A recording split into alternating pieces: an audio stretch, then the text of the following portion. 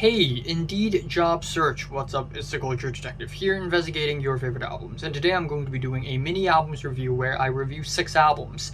So these albums are albums that I want to talk about, I want to review, but I just can't because I don't have that much time to listen to them thoroughly to make a full-length review. Second of all, they have been reviewed by other music critics already. And so if I talk about them and if I have a similar opinion, it just seems redundant and people will think I'm a hack and will unsubscribe. So I'm just going to talk about them in a very fast, tight-paced fashion and just get them over with so that I can talk about other albums. So here we go, mini albums review. First album I'm reviewing is the new Zach Bryan album, Zach Bryan. Country singer-songwriter Zach Bryan has released a self-titled album, and it's pretty cool because it's not your average basic country music where it's all about the beers and the trucks and the Walmarts and the roads and so dirty but no, this one is more rustic and organic and soulful, and I really like that. Lyrically, it has a lot of good storytelling. Vocally, he's very expressive and unique. There are some really good tracks here, like East Side of Sorrow with the running guitars, the rustic drums, and the very well written lyrics. I want to yawn, I'm sorry. Hey Driver is a highlight on the album. It has some really great vocal duets and lyrics about longing for a place, longing for a place where they still put sugar in their iced tea, okay? I Remember Everything is a track that features Casey Musgraves, and her feature is pretty good on this track. And it's a spacey ballad about nostalgia. There's a track Ticking, which is a tearjerker song about cutting people off from your own life. It has some really nice weepy banjos and strings. Overall, it's a really good album. It's a little repetitive. It's a bit same here and there. The tracks are not distinct enough from each other to the point where there are standouts to me that really stand out. But overall, it's a really solid album. Kind of feeling a 7 out of 10.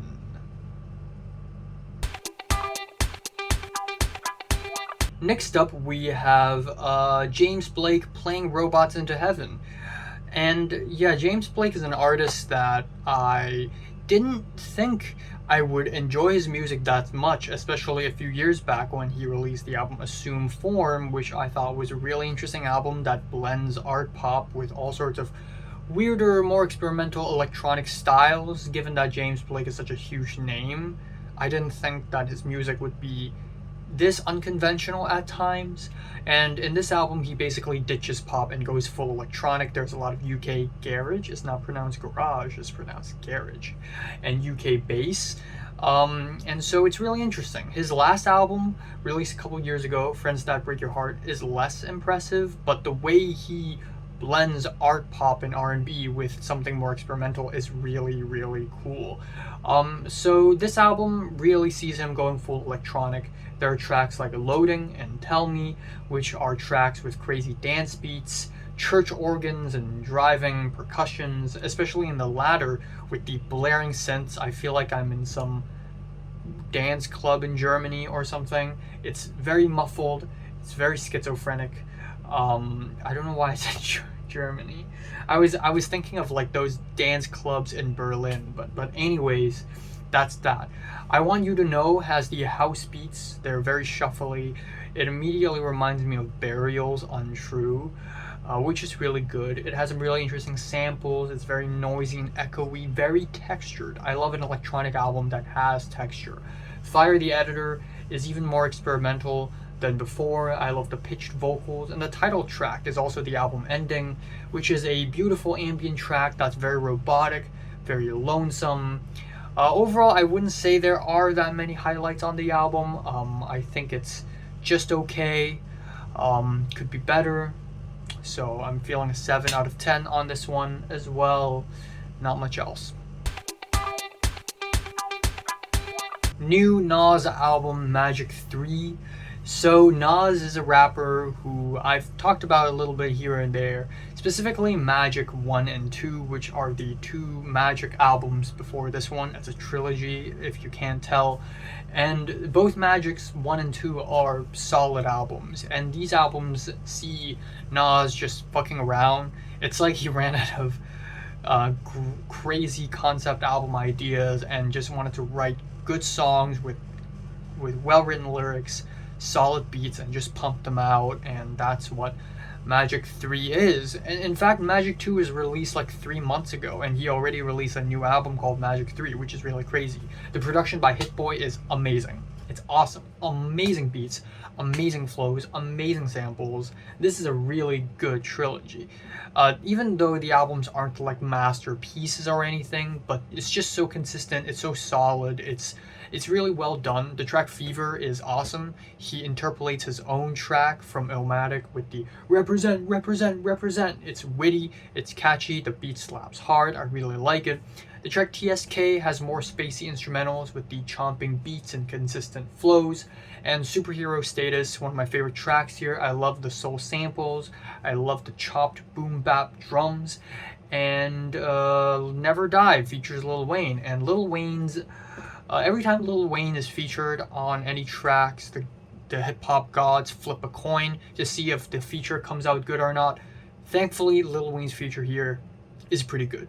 Based on True Events is a two-parter where Nas tells some really interesting stories, and the album ends off with this big braggadocious finish, which is just really cool. There are some tracks here and there that just is kind of mid, not really all that interesting. No Tears, it sounds like it tries too hard to be sad and dramatic, and Pretty Young Girl has some pretty weird lyrics about how Nas ran into this girl and he's like fantasizing about her or something. It's pretty weird.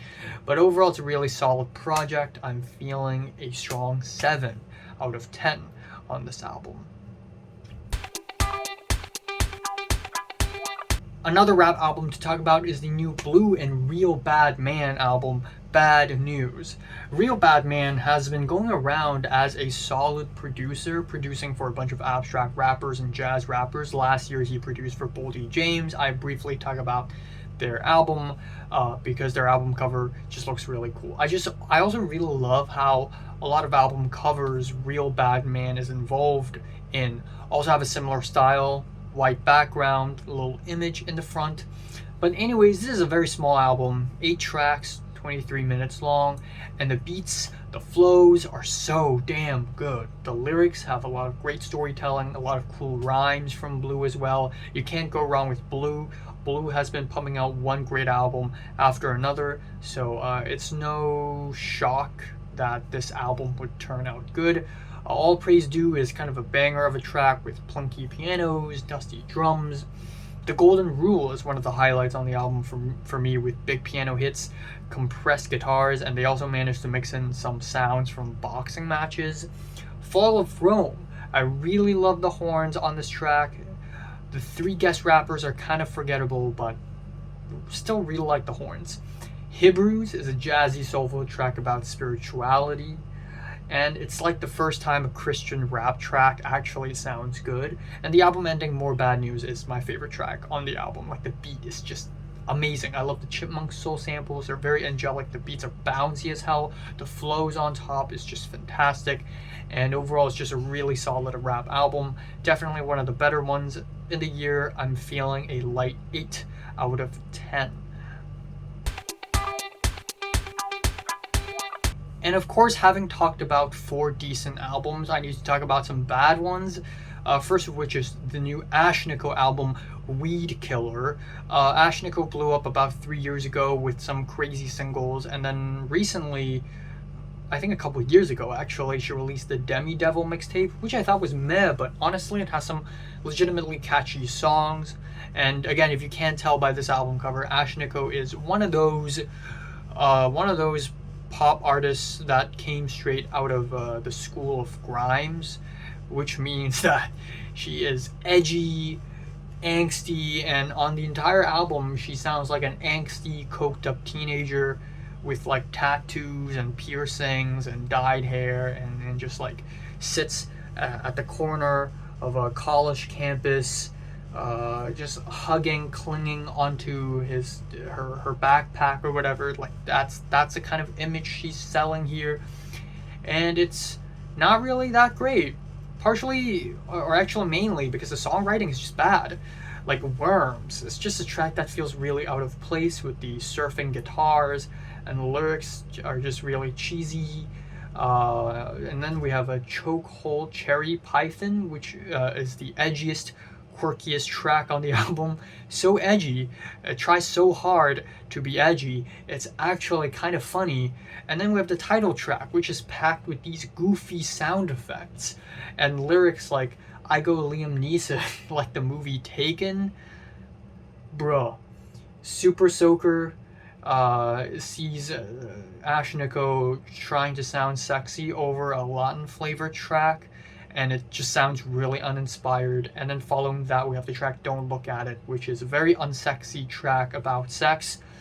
The highlight of the song is really Tony Hawk, "I'm doing tricks till my tongue hurt." What the fuck does Tony Hawk have anything to do with this? Why?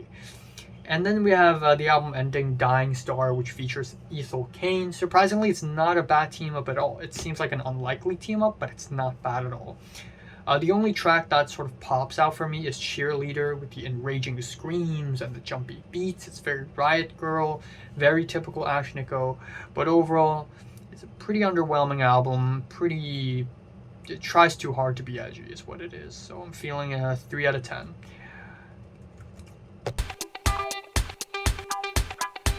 Finally, the sixth album I'm going to be talking about is the new milet album, 5am. milet, J-pop singer-songwriter, one of the most successful right now, is back with a new album, 5am, and honestly, it's another one of those J-pop albums. It's similar to Visions, which she released a year ago. It's just basic J-pop, is as basic and as generic as J-pop can be, with the passionate, epic cinematic guitars and pianos and the expressive vocals, and the songwriting is so formulaic, it's always the same. There are also multiple tracks on the album where it sounds like she's doing an Eddie Vedder impression. Eddie Vedder of Pearl Jam. Tracks like "Living My Life" and "Walk in My Lane" have her vocals trying to do this. It's just like not great. I'm sorry. We have "Koi Ko Gare," which is the ending song for Demon Slayer Season 3. I don't like this ED at all. I'm sorry, the shredding distorted guitars do not match the Taisho era vibe that Demon Slayer is going for, and the big vocal harmony choruses are so overdramatic, it doesn't work at all.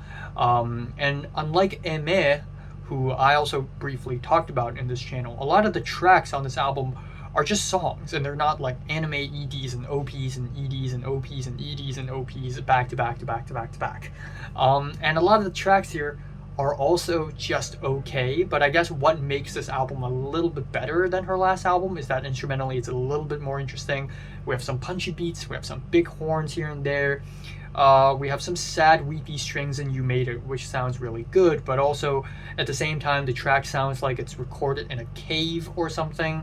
The track "Hell Club" just sounds like a bad K-pop song, and then there are tracks that don't really try anything too crazy, and they end up being the best sounding tracks, like "Noel" and "July," which isn't even the kind of song that I would just listen to normally because it's still very trite and clean and sterile. So yeah, overall it's just not terrible, but not great either. Kind of a bore, unfortunately. I'm giving the new milet album a 5 out of 10. So have you listened to these 6 albums? Comments below, let me know, subscribe if you want more, and thanks for watching. I gotta go and have lunch now, and I gotta have a haircut. This cannot survive. This cannot survive. This hair is going.